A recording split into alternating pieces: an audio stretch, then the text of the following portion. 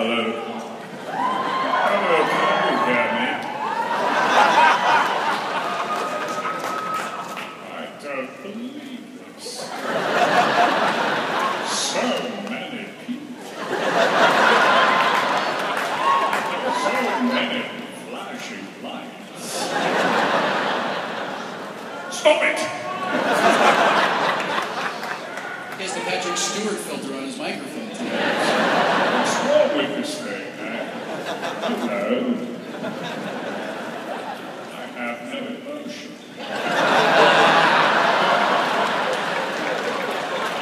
Welcome to Calgary.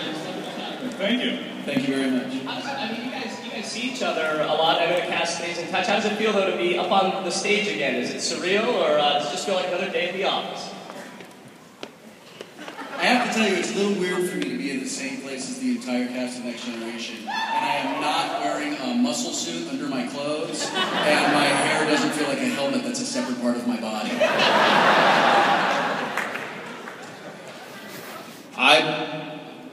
I could say it's weird knowing that Brent is not wearing any underwear.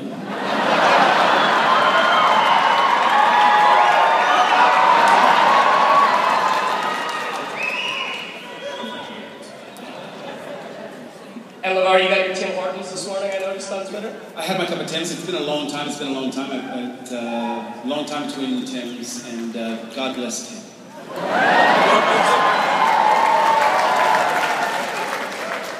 put the tea myself this morning. It was delicious. I drank it. I injected it.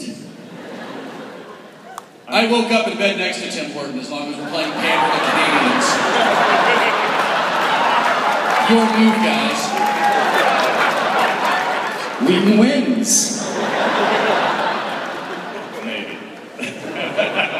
So audience, we're going to do it for questions. We want to take as many of your questions as possible. So if you put up your hand, there are some intrepid mic runners out there. So put up your hand high and proud, and a mic runner will find you, and they'll let us know here about where you are. This is Microsoft Word, I believe, that we're using. It's like Star Trek, the future is now. So just stick up your hand. Whoa, Microsoft Word is not the future. This is, are you kidding me? This is high-tech Microsoft Word. No, OpenOffice.org is the future.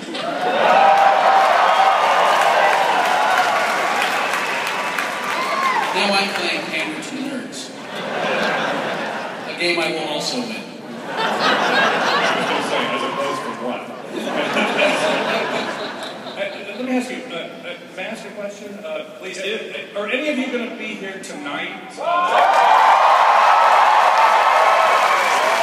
Okay, great. So, don't ask us anything you would ask tonight. Because we'll just be redundant later on answering. No? All right, do what you want. I don't. You've been told. I want to ask you, going back all the way back to '87, do you recall the first time you met each other, or is there an early memory that sticks out, maybe of your first read-through or your first scene together? Is there anything that kind of jumps out at you from that first year on the show?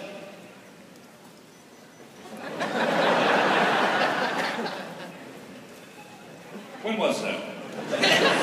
87. 25 years ago. Do you remember something that happened to you 25 years ago? I remember nothing. Yeah, exactly.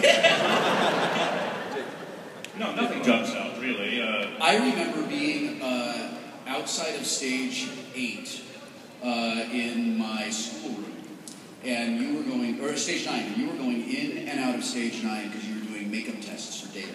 True. And I remember you having different colored contacts in your eyes and different colored paint on your face. Yeah. And I remember thinking that it was really cool that you would come by my schoolroom every time to show me what, how data was changing. Well, I enjoy amusing children. And I was and am. He's amused. And it's clear that as a child you were easily amused.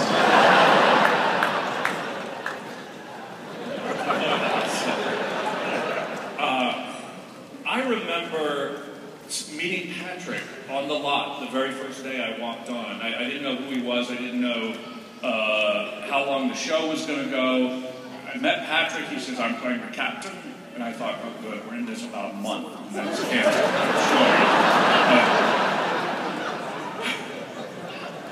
But I was wrong, obviously, right? You know, I'm going to play to you guys, because, no, maybe not. So, I know you're there. Oddly enough, I do remember meeting Will Wheaton as... I love that guy.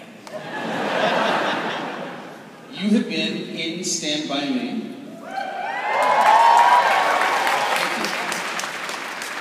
And I'm a big fan of that movie, and I thought, wow, that's the kid from Stand By Me. And I was very impressed. That's all. I didn't know that. Thanks, man. Which was short-lived. I know. I felt the same way. I thought you were going to say you thought he was Corey Feldman.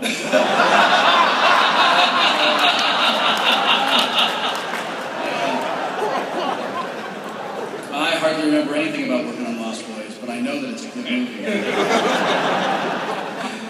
I remember the first time I walked around Stage 9, and Stage 9 was where engineering and the transporter room and sick bay and the corridors for the Enterprise were. And ever since I was a really little kid working as an actor, I loved getting to go to sound stages because you get to cross the barrier from reality to imagination. And it's a really solid barrier. Once you're inside it, it's really easy to believe that where you are is real. And the sets on Star Trek, because I was already a fan of the original series, I was already a science fiction nerd. I was 14, I had a really, really active imagination, and I was easily entertained.